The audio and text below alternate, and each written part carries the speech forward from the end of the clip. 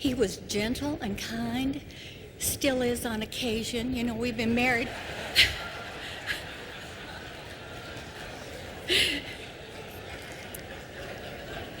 We've been married, it will be 50 years on the 6th of May.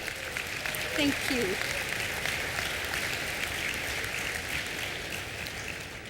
Ranching is my passion, and writing is as well. I did write the poetry during good times and bad times, but you don't create a book by yourself. I had my husband to teach me. I have the Bear Lodge writers to help me edit my work. I wanted so much to be published by High Plains Press, and the privilege is certainly mine. This publisher is a 5-time recipient of this award, which tells you the quality of her publications. I suppose my biggest thank you go to the museum, the individuals, the directors, and the people of the Western communities. Our families are important to us, and a good book, a good film, a good television show with good morals, and people whom we can admire as role models. Thank you so very much.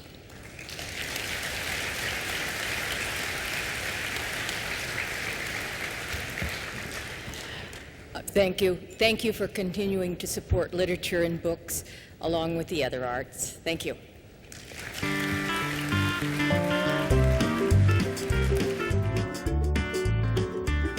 We're back. Thanks, Anita and Brendan.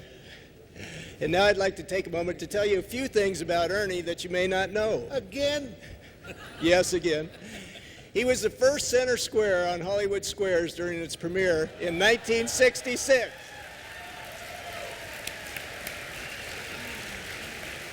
He is the only actor in all 4 of the Dirty Dozen movies, and believe it or not, he was once held up by real-life Mexican federales. Tell us about that one, Ernie. Oh, you wouldn't believe this one. We were over making a picture called Veracruz in Mexico with Gary Cooper and Burt Lancaster. And I ran out of cigarettes one day, and Charlie Bronson heard me. I'm going to go down and get some cigarettes. He said, let me go with you, because he said, I'm out too. Okay. So there we are in those revolutionary suits, you know. And as we walked out as we came out on our horses around the corner, there came a bus, not a bus, but a truckload of soldiers, all with guns and everything else, and they're searching for a renegade senator who had been involved with a revolution against Mexico. Well, we said, hola, ¿cómo le va? That's good, all right. And we were on our way, and suddenly he said, alto! We looked around, and all these fellas have their guns pointed at us. No, what? Wait a minute. Whoa, we're actors, Schauspielers, no. And they couldn't believe it until our gang came out, and Gary Cooper said, Lasse, and they leave him alone. He's all right. Boy, you're the greatest help in the world, because I was scared stiff. Now, if you've ever faced a whole bunch of Mexicans with rifles yet, loaded, oh boy, that's enough of that one.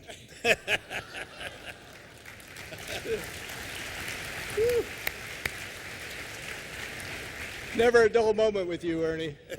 I hope not. Now welcome to the stage Juni Fisher, Western music great and 2008 Wrangler winner for Outstanding Traditional Western Album. And Oklahoma native Ty England, a chart-busting musician in his own right. The duo will present our Western Music Wrangler Awards.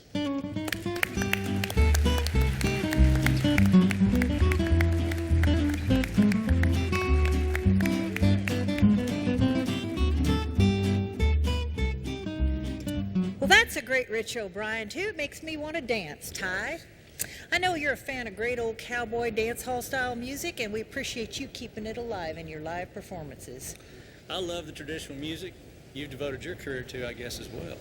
I guess we're pretty fortunate to be a part of the great Western music heritage. Yes, we are. And you know, Ty, one of the unchanging themes of the West is the cowboy code. Through his music, R.J. Vandygriff shares the story of how the code is passed from one generation to the next. In his modern classic, Keep the Campfire A-Burnin', winner of this year's Wrangler Award for the Best Original Composition, sponsored by Bob Mills Furniture. Hailed by many of our top Western performers of our time, Keep the Campfire A-Burnin' has crossed barriers, receiving play in both traditional venues and urban radio stations not known for playing Western music. Produced by Ronnie Light and published by the Texas-based Center Stage Productions from the album The Cowboy Ain't Dead Yet, Volume 3, this original composition inspires folks of all ages from all walks of life. R.J. wrote the song in hopes his grandsons could look at the code of the West and have a better understanding of who he is as a person. R.J. holds the code close to his heart, and he says he has the scars to prove it. And if you attended the Jingle Jangle Mingle last night, you know why it is the outstanding original composition. RJ and producer Ronnie Light, please join us on the stage and get your well-deserved Wrangler Award. In the year of '69, these words he whispered as the drovers gathered round. Thank you so much. Ronnie and I are thrilled to be here, and we'd like to thank the National Cowboy and Western Heritage Museum for all you do to preserve our cowboy culture. This gentleman standing beside me is one of the most talented men I've ever known, and he loves cowboy music. And every time we go in the studio, I know without a doubt he's going to ride for the brand and put all his heart and soul in it. This has been a wonderful weekend for us. We thank you, and I don't mind telling you, I'm as nervous as a naked cowboy across the barbed wire fence. But I'd like to thank you, each and every one of you, because it is because of you that we keep the campfire burning and the cowboy code alive. And I hope you'll always remember, no matter what you've heard, the cowboy ain't dead yet.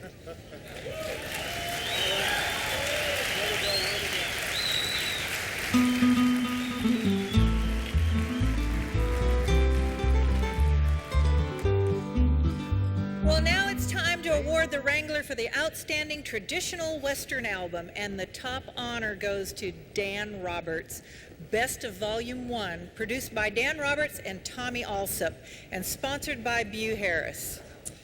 A solo artist who spent 18 years in Nashville honing his craft, including writing chart toppers for my good friend Garth Brooks. Dan Roberts is a master of traditional Western music.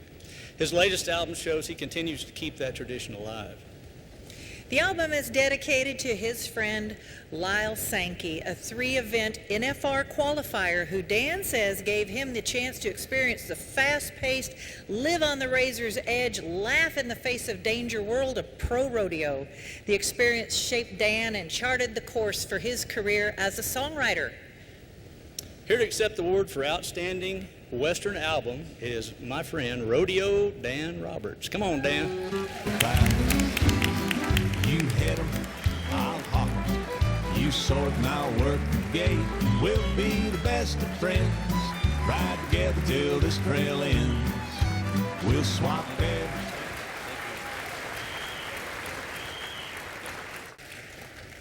Well, thank you so much. Thank you to the Hall for this being amongst all this greatness. It's very humbling. Standing next to one of the greats, man that produced most everything I've ever done, is in 5 Hall of Fames himself. He produced Willie Nelson's first record, Bob Wills' last record,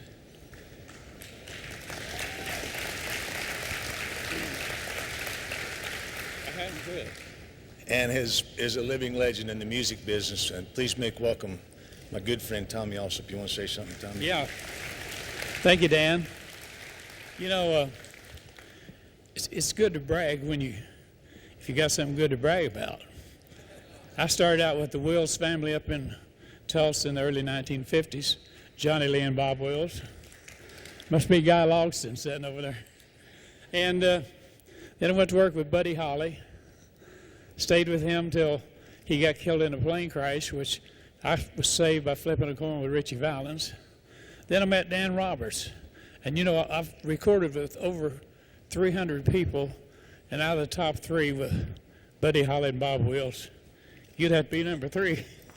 Thank you, Dan. Thank you all for the award. Wow, that is some greatness. Those guys, thank you, Tommy. You know, when my wife was out weed eating in the yard or the driveway, and my wife came out with a letter or something in her hand, I thought, oh no, IRS or speeding ticket or something. She turned the weed eater off. She said, "You won." And I couldn't believe it. I looked at the letter. Well, I got my glasses out first, and then I looked at the letter. And I couldn't believe it. I was so humbled and honored. And immediately I started making my acceptance speech, you know. And as I thought about it later, after the shock wore off, I thought my life has been a series of great people coming into my life in different legs of the journey. Lyle Sankey took me under his wing at the height of his rodeo career and bought me a bronc saddle and loaned me a bull rope, and off we went and learned all about the rodeo world. Went to Nashville. Garth Brooks took me under his wing, as he did Ty and other guys, and allowed us to walk on the same red carpet they rolled out for him. Tommy Alsop came into my life, helped me start making music. Then we moved to Texas, and Red and Gail Stegall came into our lives and continued the journey, and I'm very grateful to all of the people. And last but certainly not least, my wife Carol, my son JD, Maggie, and Austin, my 2 girls. Without them, the journey would not be worth making, and I'm so grateful to them, and I love you. And thank you so much for this award.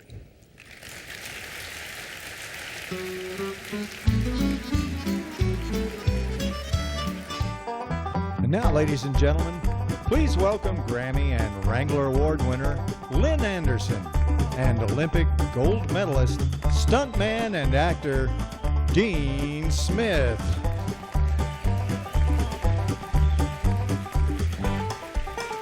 Thank you. Hey, you might as well just call me Lynn. I noticed Rex showed up solo. Yeah, and I'm jealous. Yeah, and he's lost weight. You know why? Because I've been chasing him around since last year. I know you've been doing that for 2 or 3 years. I hope you catch him. There you go. You know, Dean, sometimes there's just nothing like settling in on the sofa with a great book, especially if it's a Western novel. And here's one you're going to want to have on your bookshelf. It's the winner of the Wrangler for Outstanding Western Novel, which is sponsored by Rawhide. The novel Road by Thomas Fox Averill was inspired by the true events behind the famous song, The Tennessee Stud. I think I know him. Yeah, I do. I think so. The author recounts the American tale of a man who flees violence only to become what he tries to escape. It's the story of a man who must fight for the woman he loves and build a new home for himself in the territories. Published by the University of New Mexico Press, the novel fleshes out a piece of Americana. It provides a mix of song and Western myth in an adventurous tale.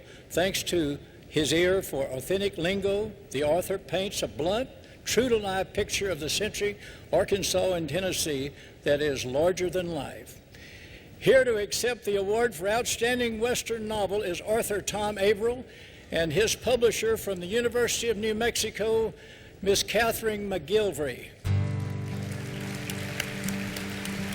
There they are. Give them a hand.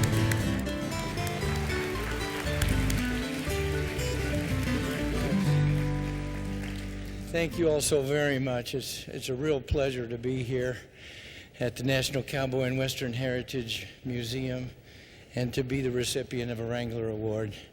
I'm amazed and stunned still, but appreciate the hospitality and the wonderful ceremony and meal that we had tonight. As you heard, the first person I really have to thank is Jimmy Driftwood for giving me the Tennessee Stud. And I got to thank Doc Watson for singing it to me first, 38 years ago in Winfield, Kansas, the Walnut Valley Bluegrass Festival. I became a lover of that song and sang it many times until I decided I just had to write the darn thing out. So thanks to those musicians.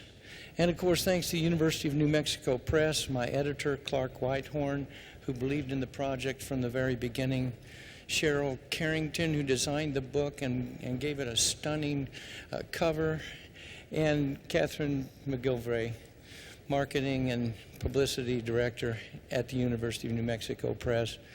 They've been a great organization to work with, and this is the 4th time that they've going to put a Wrangler on their shelves for novels. So appreciate that. I also have a lot of people to thank as kind of collaborators. The first one is my university, Washburn University of Topeka, Kansas. It's a wonderful place. They support faculty. They gave me enough money that I could actually travel the route of the Tennessee Stud, that I could spend days in the Jimmy Driftwood archives in Conway, Arkansas, and look over some of the 6,000 songs that he wrote during his career, 300 of which were recorded, as well as his many poems. I had a lot of collaborators. I went to Jim Hoy for some horse advice, poet Steve Hine for some gun advice, my brother Rick, who's a playwright, for plot advice, my colleagues Sarah Smarsh and Howard Faulkner for help with editing and reading, and my sister Libby Rosen. I think I've got the only Western novel probably that acknowledges a lactation consultant. And Libby was that for me, and I appreciate that very much.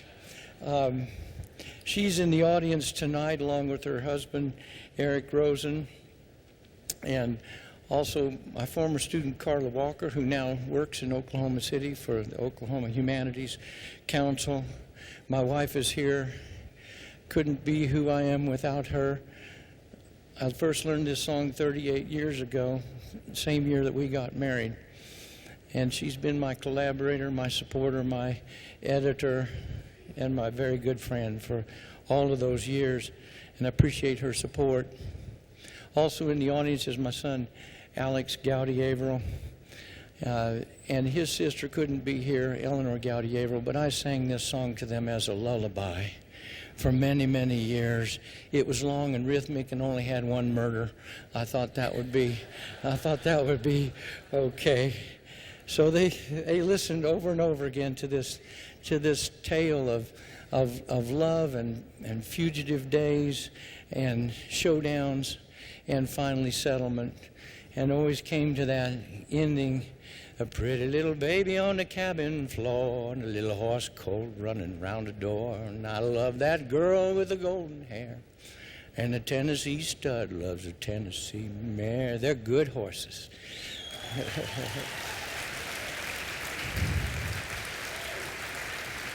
So thank you very much. I wish you all the same kind of happy endings. Thank you.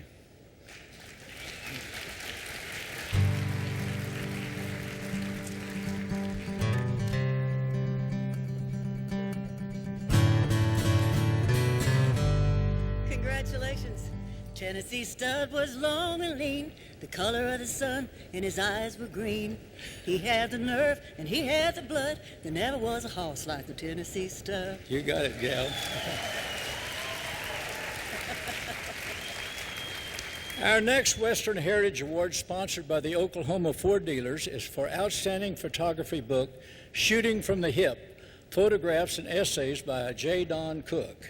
Published by the University of Oklahoma Press, Shooting from the Hip is about Oklahoma and its people as seen through the work of this photojournalist. A 3-time Pulitzer Prize nominee and 7-time Oklahoma Press Association News Photographer of the Year, J. Don Cook captures the true spirit of Oklahomans. The cowboys, the kids, the tornadoes, the trucks, the rattlesnakes, fiddlers. Readers see them all through this black and white photographic book. His documentary images, compiled over several decades, are compelling. So are the essays that tell the stories behind the photos. In the book's foreword, Oklahoma-born actor James Garner declares of the images, some will make you cry, some will make you smile, but you will be moved. But Lynn, 55 years ago, I met a young man from Oklahoma.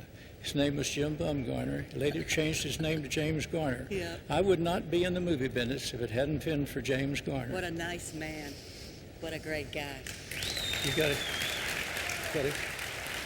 to say here. Here to accept the Wrangler Award for Outstanding Photography Book are J. Don Cook and Jay Dew, Acquisitions Editor from the University of Oklahoma Press.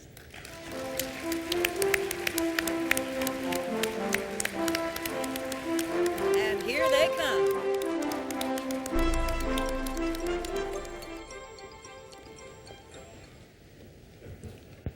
I hate to complain, but these patent leather shoes I rented are killing my feet.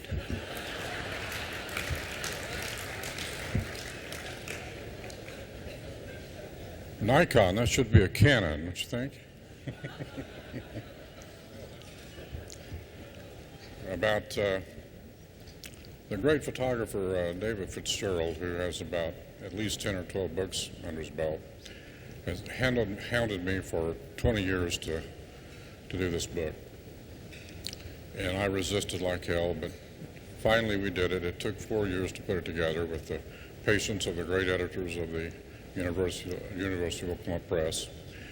And so I'd like to thank them and the museum for this incredible award. Also like to thank James Garner for his very generous foreword. He was very generous. And I think that any sales a book has made, I think, is because his name is, I mean, no one knows me, but everybody knows James Garner. I also like to thank David and Molly Boren, and without their help and assistance, the book would not have been produced. But and thank all of you for coming and this incredible hospitality. Thank you.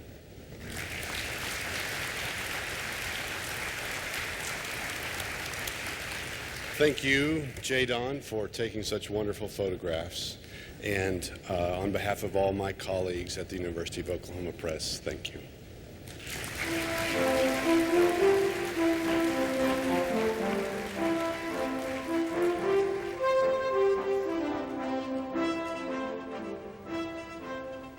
I don't know where Rex Lynn is, but his relationship with Lynn Anderson is not safe. I met her when I was 10 years old. I've been chasing her ever since. So. The Hall of Great Western Performers honors entertainers who have made significant contributions to Western film, radio, or theater, and who embody the ideals of honesty, integrity, and self-reliance. Tonight's first induction is sponsored by Mark Linehan and couldn't honor a more deserving recipient.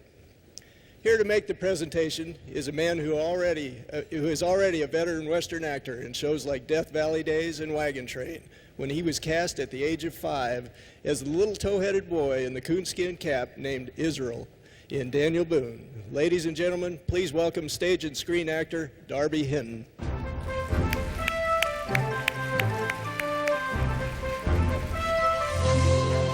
Thank you very much. You left out Big Valley. You know, I just got to tell you for a minute, because I know you'll all appreciate this, and it will kind of tell you who I have to hang out with in Hollywood. I did a Big Valley, and I was playing the younger brother of a new actor called Richard Dreyfuss. When he was up for the casting, they asked him, "Can you drive a team of horses?" "Sure I can, no problem." I get to hold this over his head every day. So we get on the set. Now, he was a New York actor. He didn't know which end of the horse to feed, much less drive a team. The scene is we're in a wagon.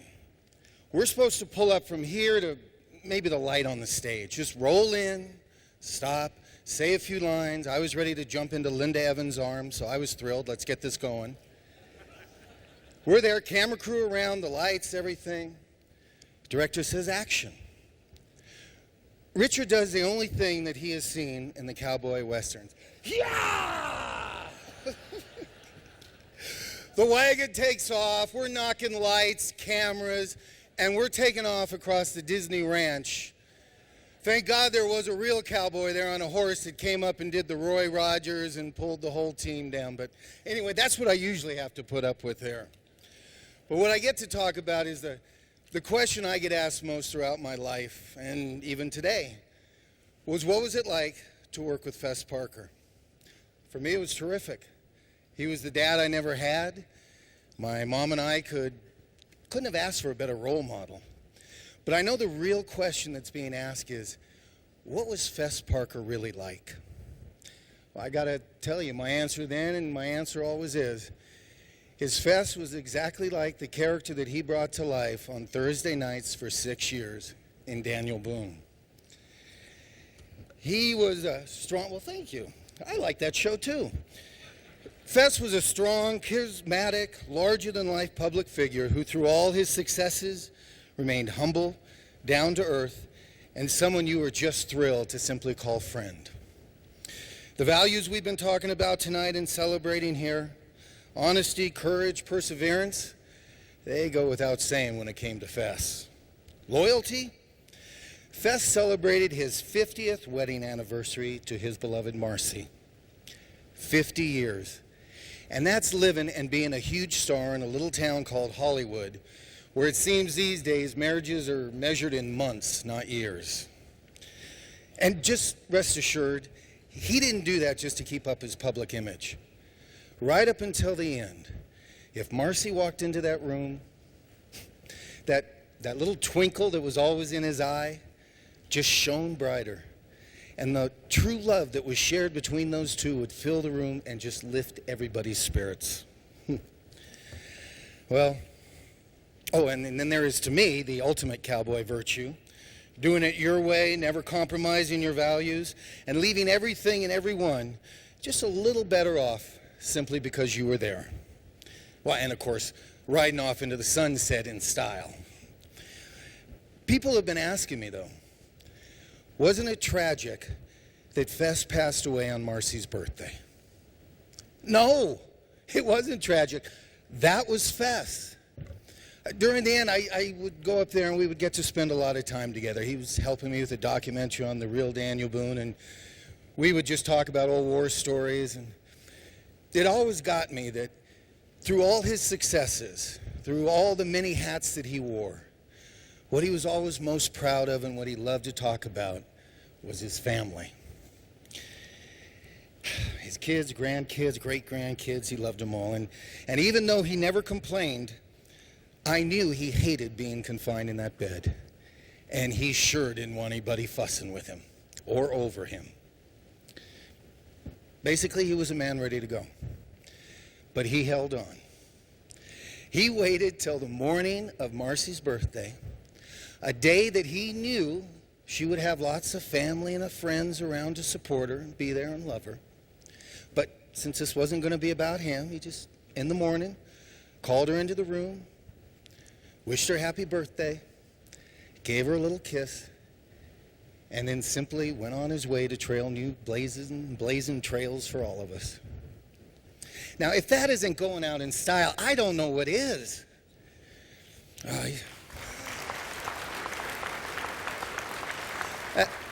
But look, don't take my word from it. Let's hear a little more about this great American Texan cowboy from his proudest and his most beloved achievements, Ashley and Eli Parker.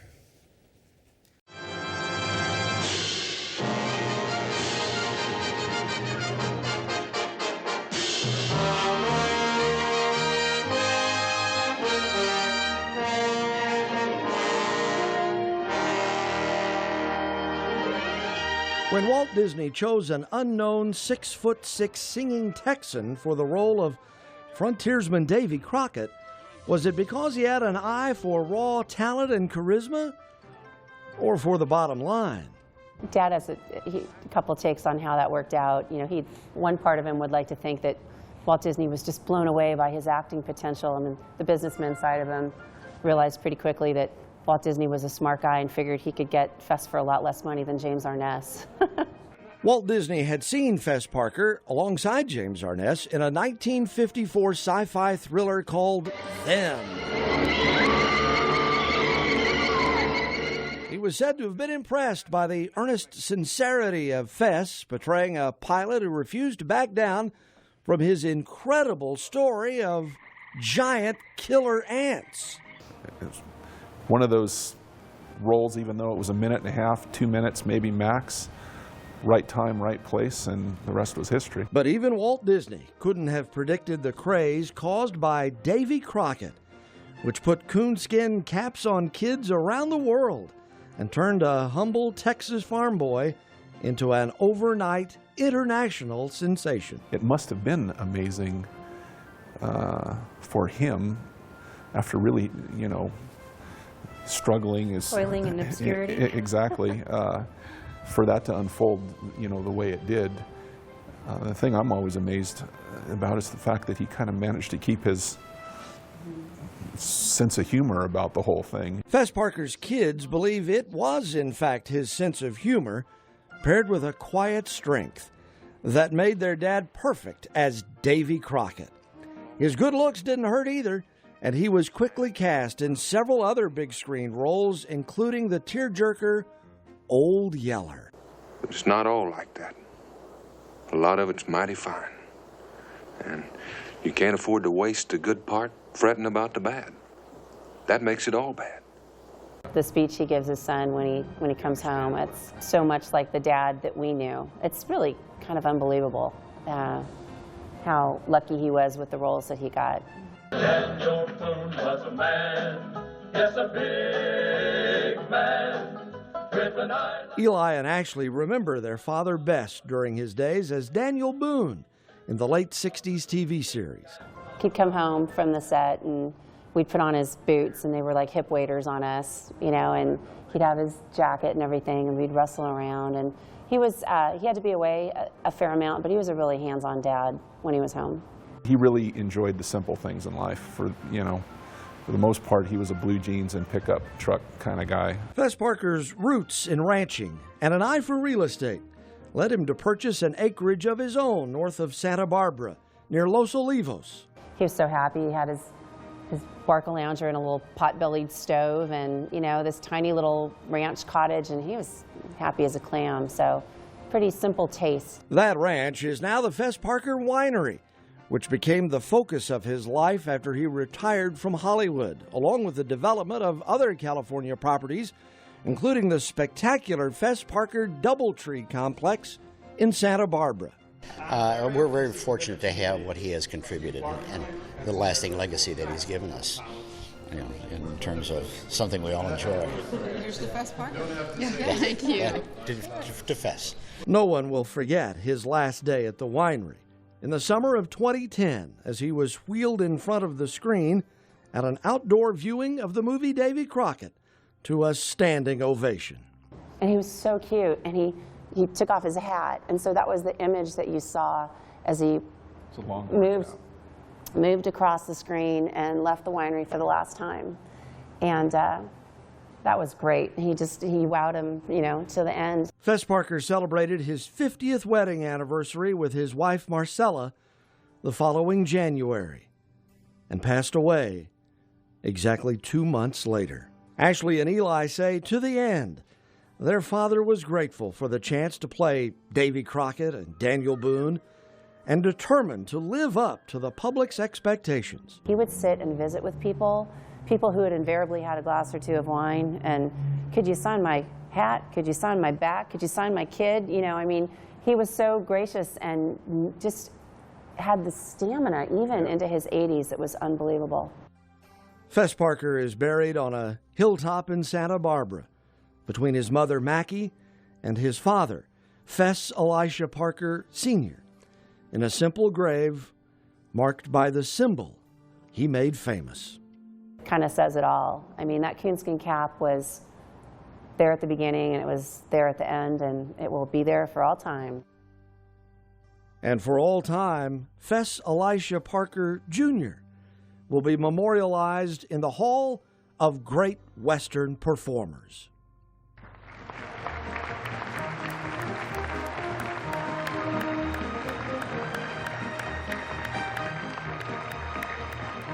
You know, just in case anyone still doubts it too, he is laid there under his orders, request, in a simple pine box with his cowboy boots on. So I just can't thank the National Cowboy and Western Heritage and everybody involved enough for presenting the Wrangler Award and all the wonderful values it represents to Fess Parker. Here, all the way from beautiful Parker Winery on the West Coast, and you all must go there and visit. It really is gorgeous. To accept the award and the honor is someone that not only still holds dear all those wonderful Parker values, but is passing them on to all the future generations. Ashley Parker Snyder.